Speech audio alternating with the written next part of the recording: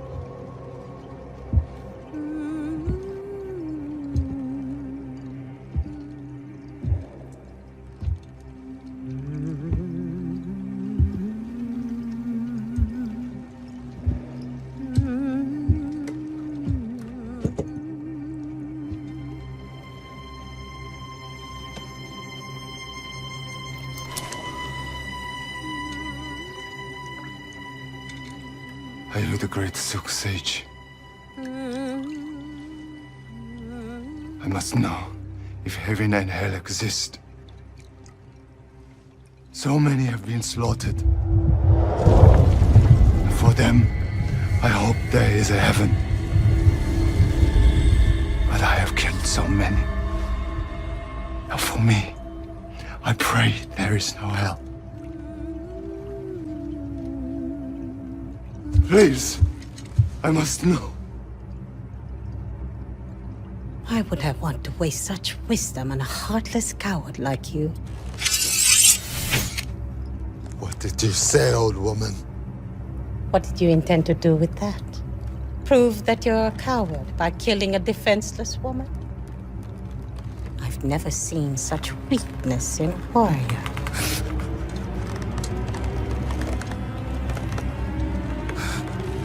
That is hell.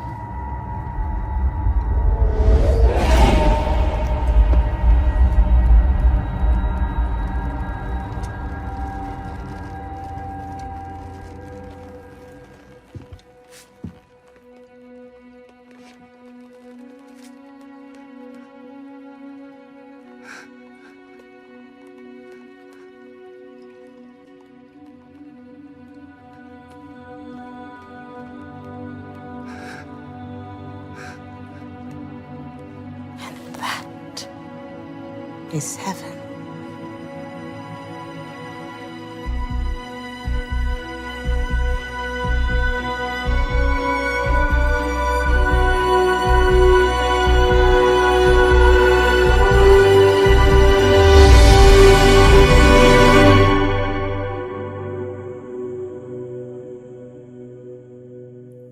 I went through the experience of losing my daughter because there was malpractice and negligence in a hospital. And my daughter became a vegetable, really, in a coma for a year until she finally was liberated and died.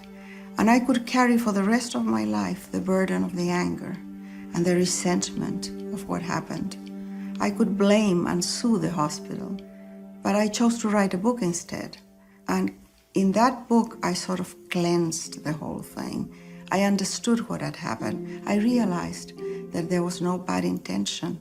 There was ignorance, negligence, but not the purpose of harming her. And I forgave. And I have been able to live for 19 years with the spirit of my daughter happily. I don't carry that burden with me. Whenever I'm having a difficult time forgiving, I think of Immaculée Ilibagiza.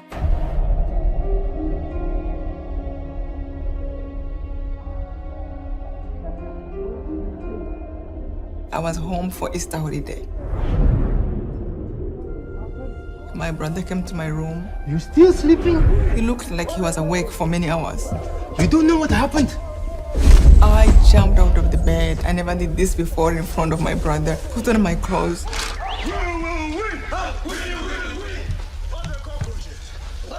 He said, The president of our country died last night.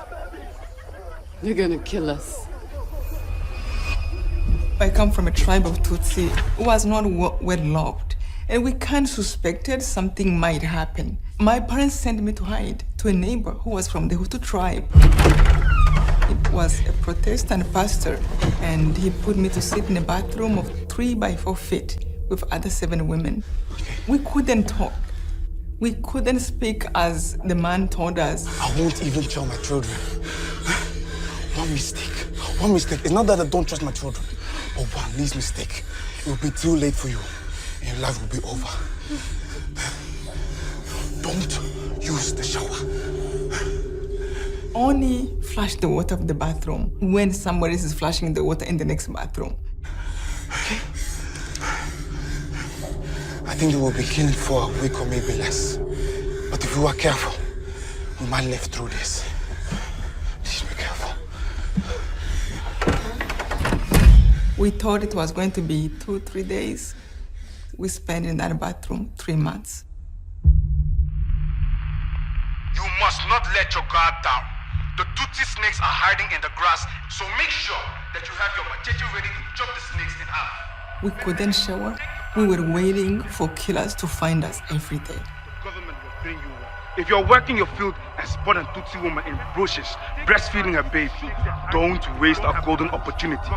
Pick up your gun, shoot them, chop the snakes in half. Don't forget to kill the baby. The child of a snake is a snake. They went home by home to search, to see if anyone was hiding. And this was a group that was paid by the government, given food, drinks, smokes. The first time they came, I remember, I was stretching and I saw them through the tiny window of the bathroom.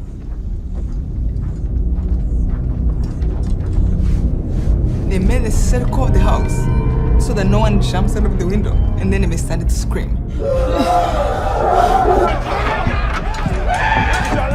They went in every room.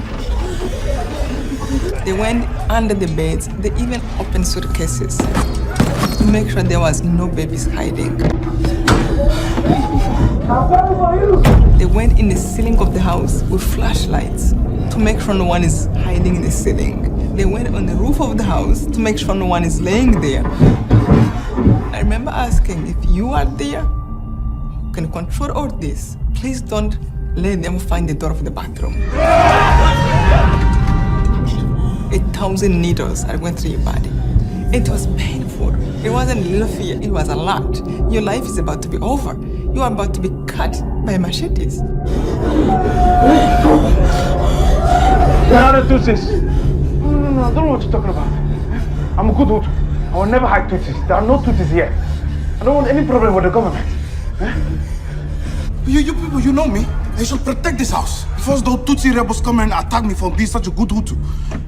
They came right to the door of the bathroom. One of them touched the handle.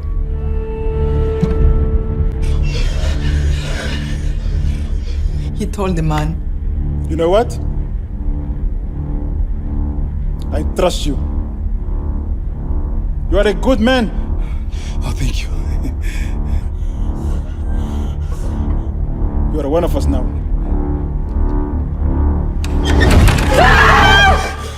I mean, when we saw him, we jumped. We thought it was the killers finding us. You're safe now.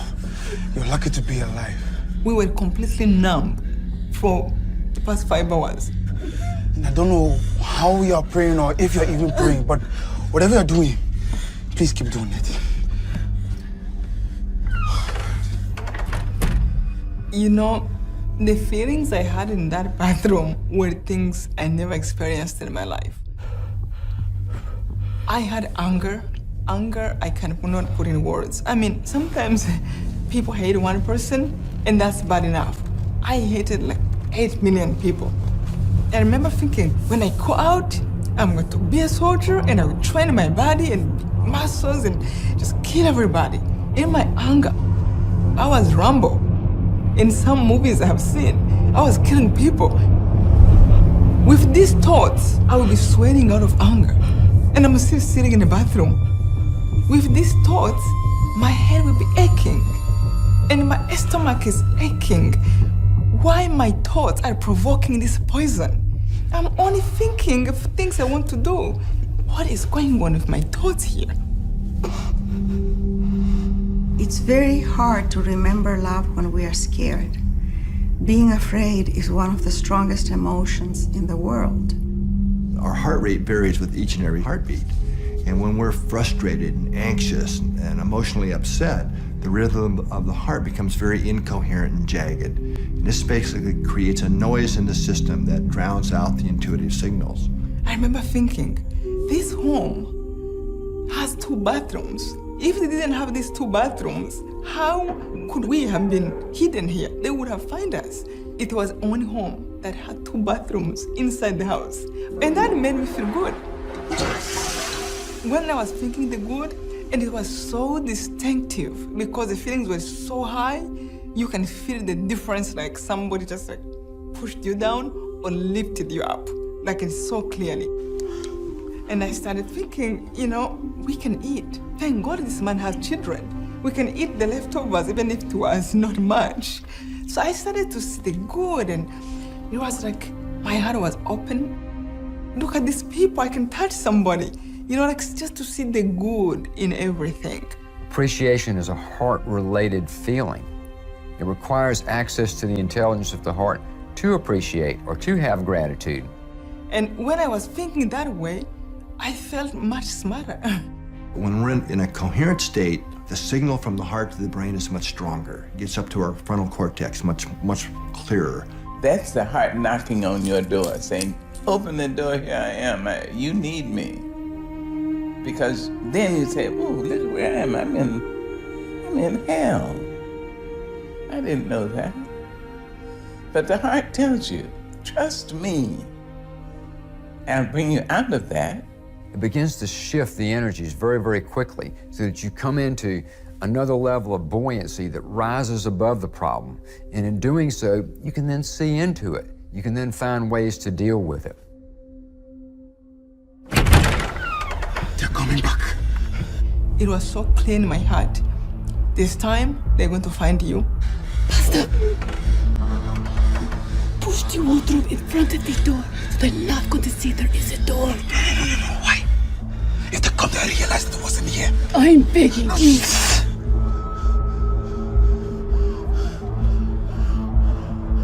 Okay, I'll open it. And it was so clear that I need to listen to that.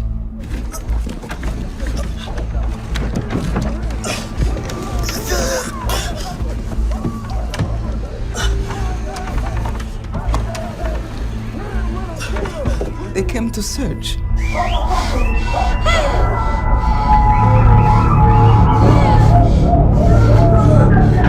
Where is she, Pastor?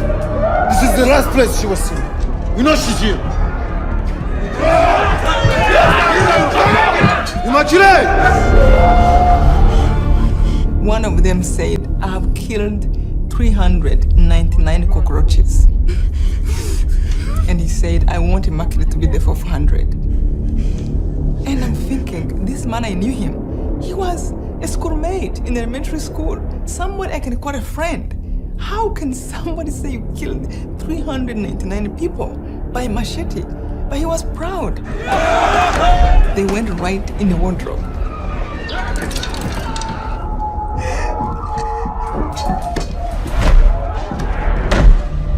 They could have found us if that wardrobe was not there. And later he said, good idea. It wasn't even like I want to take credit, like, oh good, I had a good idea. It was just like, keep listening. Know how to distinguish that clarity that is not covered by hate, by envy, by jealousy, by anything unloving. That is really how it comes out. It comes as a truth that you know is not motivated by something not nice, yeah. And the funny part, when they left, the anger came right back. It was just like, again, like oil coming back on the top of the water. It was like a veil I pulled in front. I couldn't see, I couldn't think. Oh, my body is aching again, and my headache. But that's what you do when people are killing your people. You get angry. So I didn't even think there was another way to deal with this.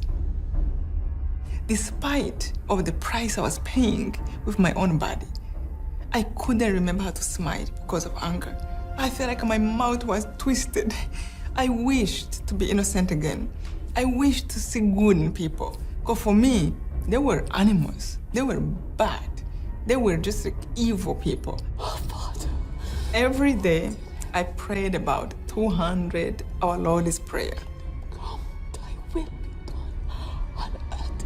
Anytime I reached the part that said, forgive us our trespasses as we forgive those who trespass against us, I couldn't say it. Give us this day our daily bread.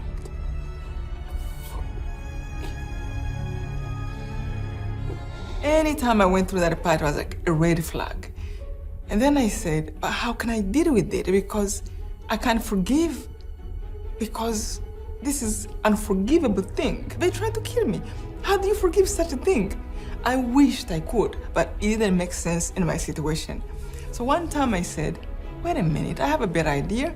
I thought, let me skip that part of the prayer, so then I don't have to say it, then I can say the rest. So then within me, God is okay, now he knows I'm not lying, because lies don't sit well in the body. And I started to skip it, and I felt so much better. Forever and ever, amen. So I edited it, and now these voices, you are editing his prayer. If I were you, I wouldn't try to edit his prayer. I can say this laughing today, but that time my world was crushed. I remember it was like giving up, or can I call it surrender? I went on my knees and I put my hands up and I begged God, I'm going to put back your prayer, because if you said pray this way, you must know it's the right thing to do. I'm putting it in your hands. If you know how to forgive, help me out. I'm willing. That was a big shift.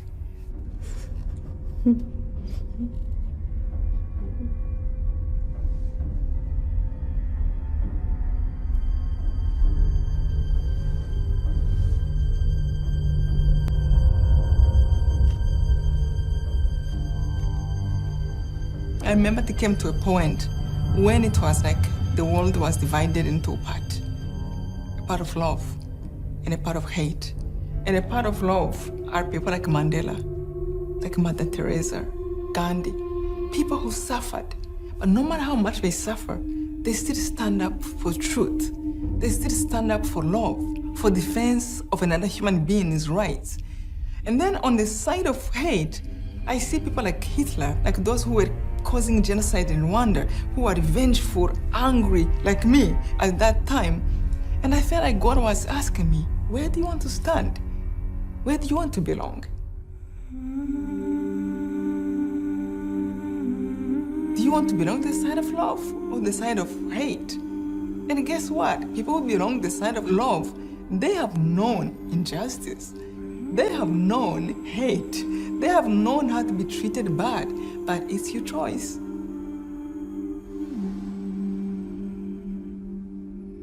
And I remember it was so clear that I said, of course I want to be with Gandhi, with Mandela. I admire these people. I admired Mother Teresa. I want to be like them. So what did they do? They believed people can change. That was a huge shift in my thinking, in my body. People do change. And I remember thinking, wait a minute, I don't think people can really change. But wait a minute again. Look at me, I'm changing with all these thoughts. So when I realized that people actually do change, people have the capacity to see things differently, that's when I realized I can let go. I felt like I've moved from the bathroom to a place of air. That's how love felt in my body. I couldn't smell nothing bad. It was like I was floating. And that was a paradise in my heart. I thought about the killers. I truly felt compassion towards them. Imagine the person who killed 100 people, who have took away fathers and mothers from their kids. What are they going to become when they wake up one day and they realize what they're doing? Someone who begged them for life.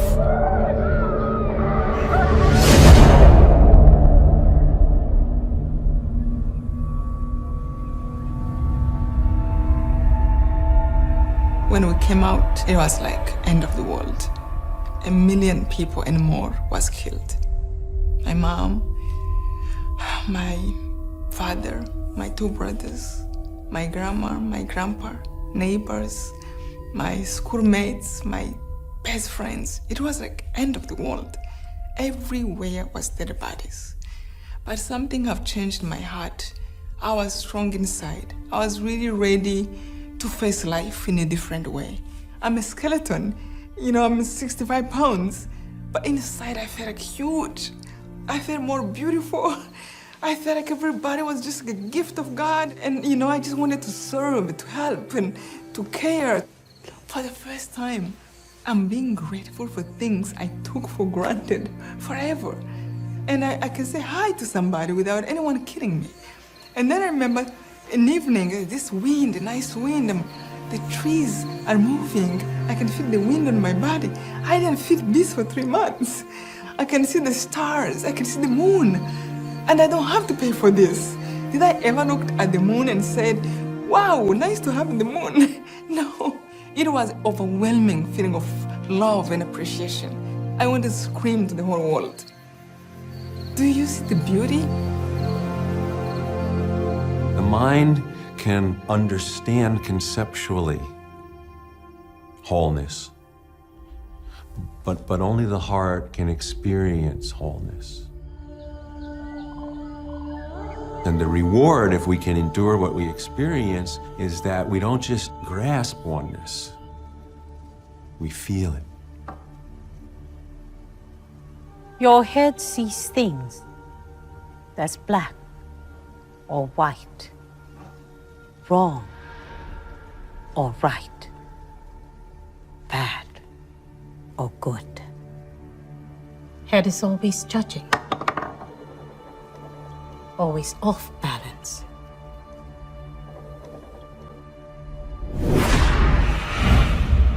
How long do I have to wait for it to be white again?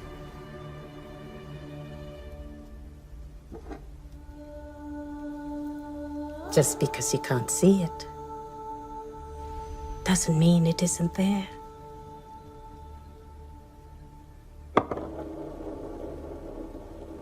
The heart is much faster and wiser than the head. The eyes of the heart, black and white judgments disappear because the heart is balanced by a deeper truth. The Great Spirit spins together moments of profound beauty that can only be experienced with the heart.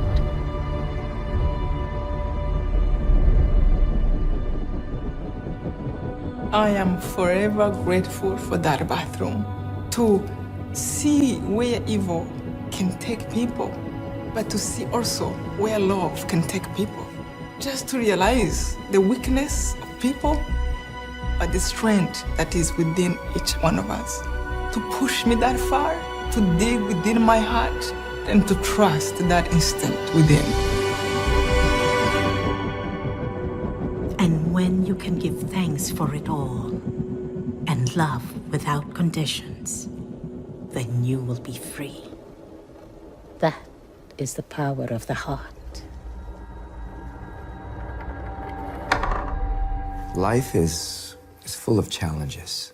Challenges and hardships oftentimes are the intense heat and fire that break us open to discover gifts, talents, and capacities within us that we would have never discovered before. So like a match that holds fire, but until it strikes against something, you have no flame. By rubbing up against experience, our heart comes aflame, and light and warmth come from us. You can even be grateful for things that you imagine that aren't any good for you, that you imagine that you don't really want, or that you wish you hadn't had to experience. Even in those moments, masters say, thank you to life, thank you to God, thank you to the divine self for this particular experience, because I know that before too long, I will see the extraordinary gift that has been folded into this physical encounter. 6 months after the genocide, and people used to tell me, You can't forgive this quick. It's too quick to be happy. You can't be smiling after what happened. And that really kind of made me question a little bit sometimes. I said, am I happy and forgiving out of surviving mechanism? Am I going to crash one day, which many people told me, oh, one day, if you see them, you will go back to the anger. I said, really? Let me see. So I went to the prison to see the person who have killed my mom and my brother, whom I would not have gone to meet him. It didn't serve me one bit. So I went there just to really see how I feel. And I have learned the head of the jail is a friend of my father who lost his wife and like 5 children. So I knew he would open the door for me. You can eat him. You can do whatever you want. Because I'm here now. I will protect you. So ease up your pain.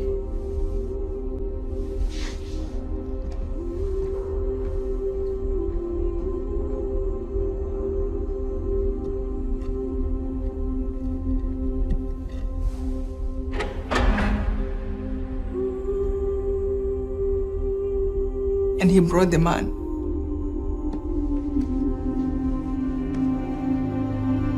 I remember him, he used to be a teacher. He was like a father to me. He had kids my age. I used to visit them and have lunch with the family. Now that's him who did that. I just broke down and cried. And I truly cried out of compassion towards him and his family.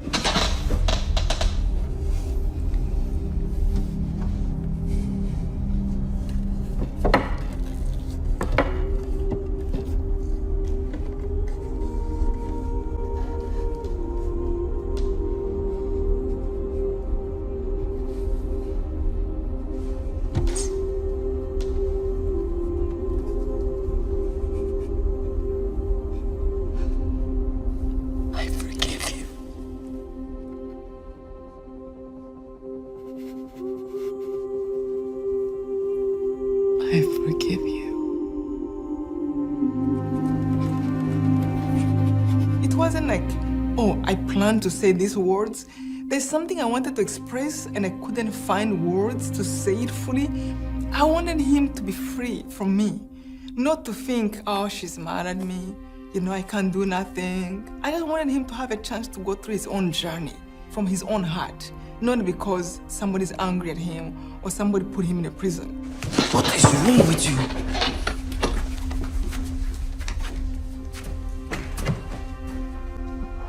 And the head of the jail was so mad. What is wrong with you? Huh? You do not know what he did to us? You do not love your parents, huh? You forget?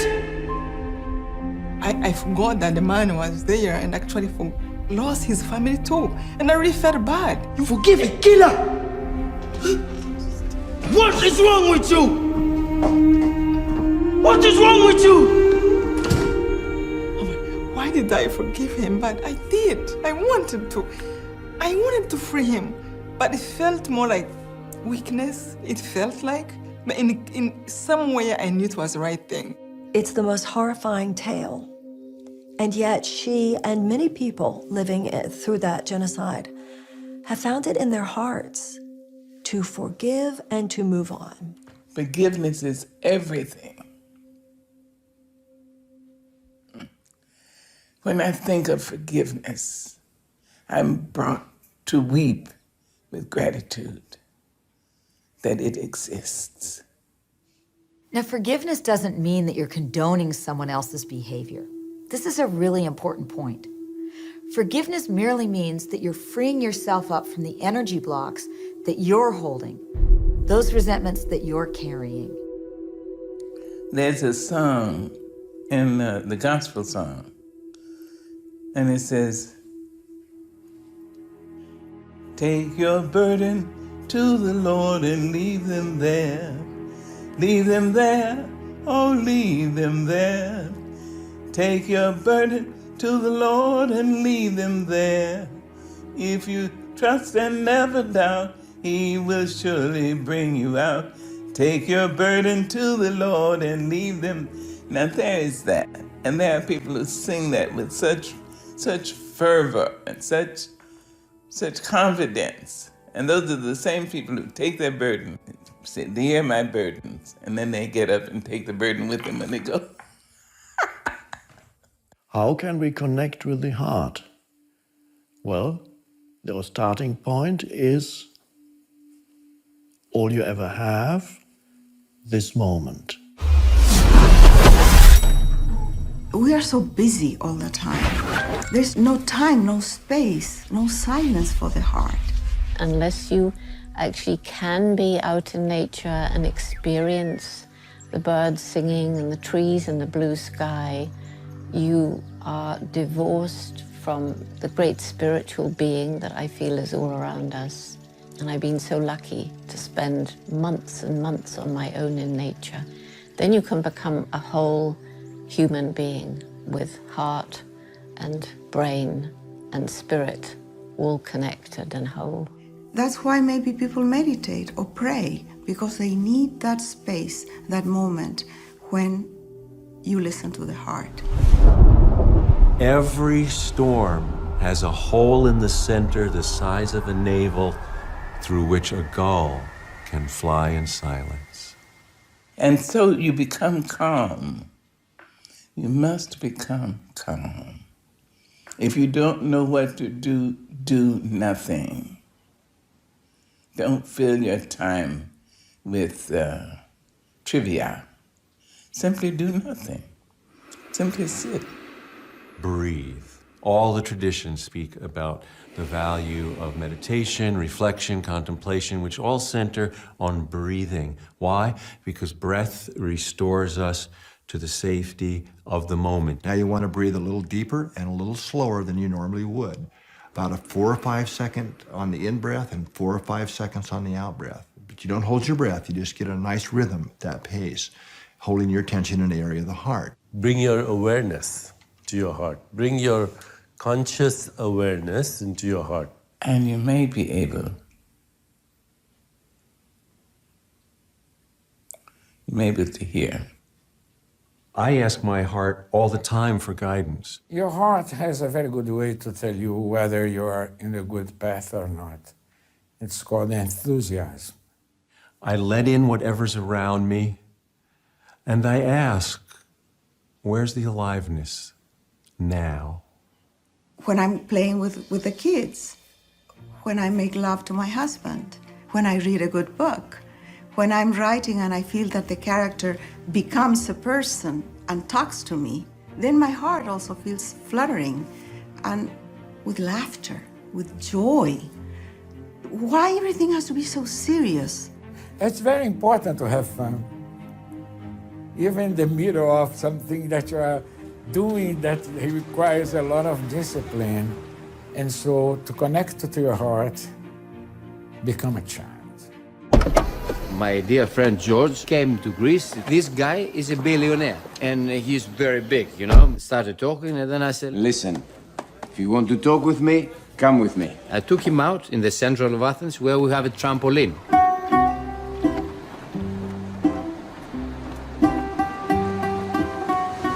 We're not going to talk business unless you follow me on the trampoline, man. No. Yes, together. I'm not going on a trampoline. Shoes off. You're the difficult guy to get undressed, man.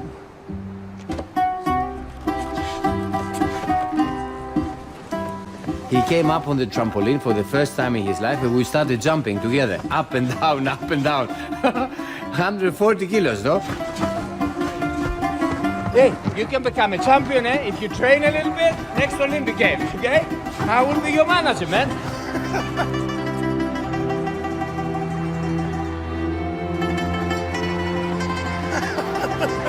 Wow, what a good boy you are, man. That's the way I like it. Aha. He was so happy.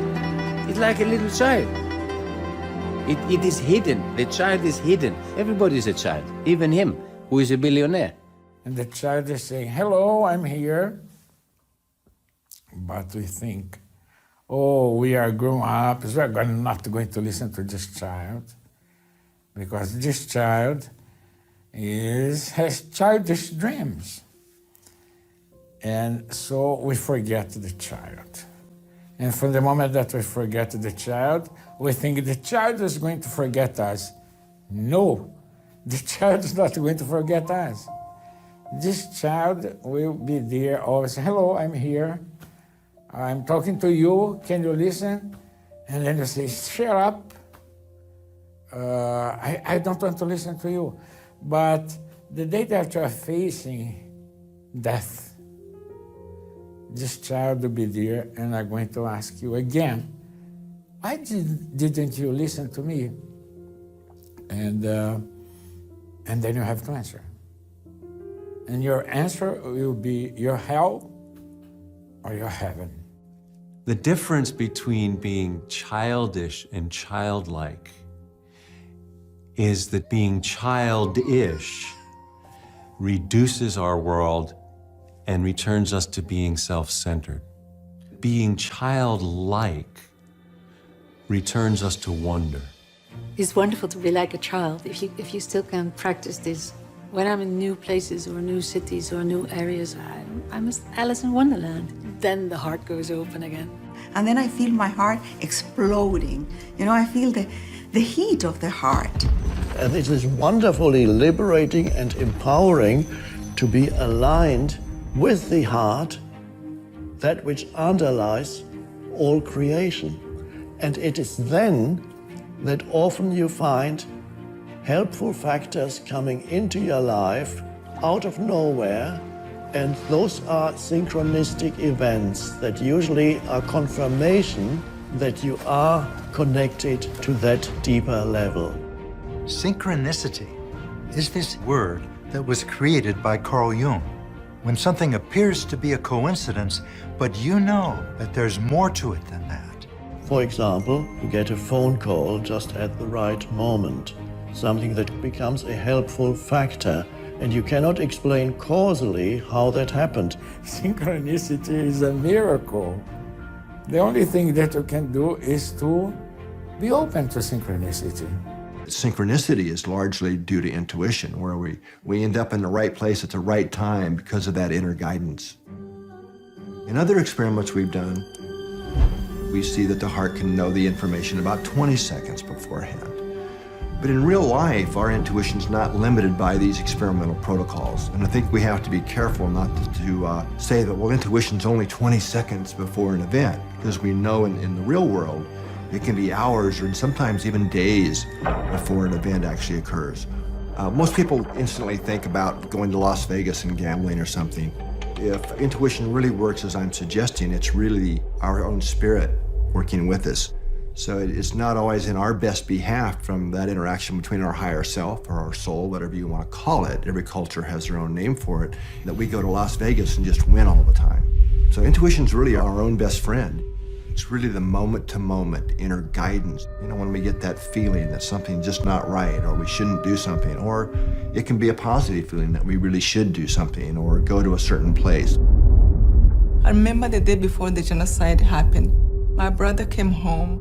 He spent the day with his friends, and he told us that he heard a rumor that they are going to kill every Tutsi that night. And we were, our family, on the list.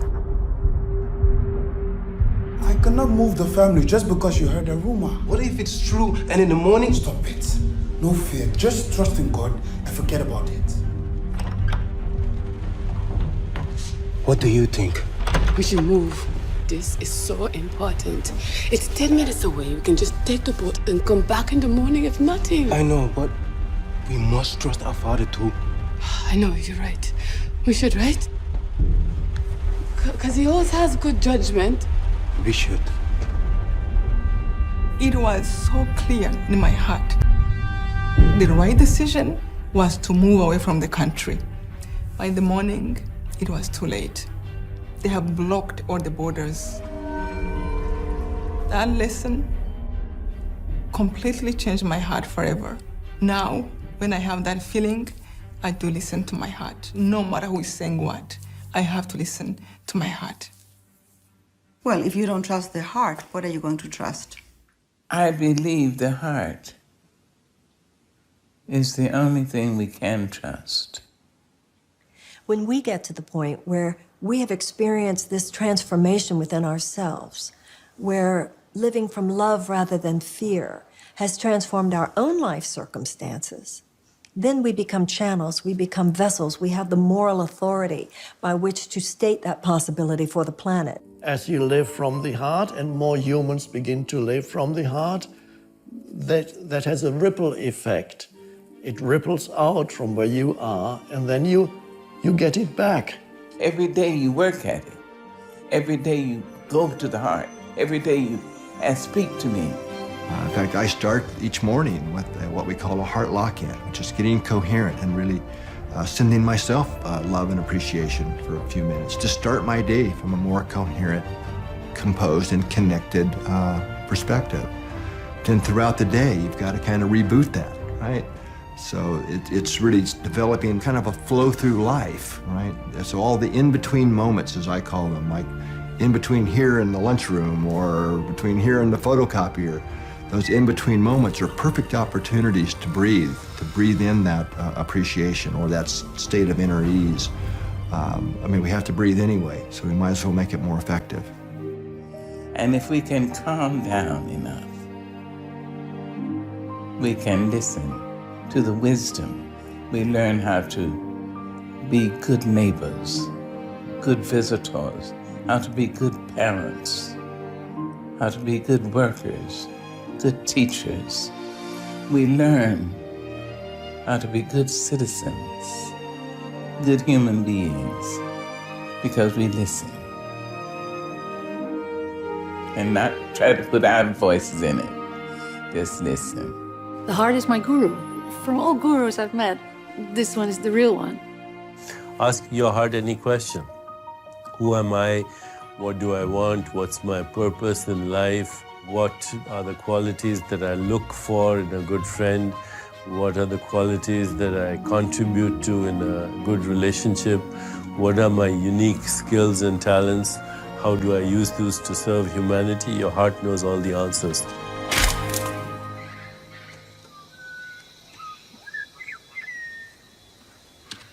I still feel lost. I don't know what to do with my life anymore. Take the question to your heart. I have been. I'm not getting any answers. You're thinking it's harder than it really is. Just follow that lightness in your heart, and that will eventually lead you to a life of purpose. Some of the biggest questions of the heart unfold as a path, not an answer.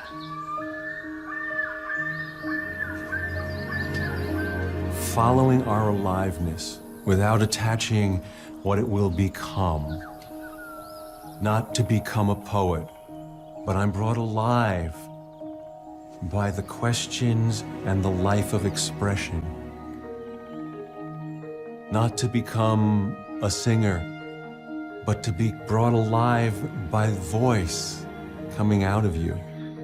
We begin to connect from our center and not just from surface personality.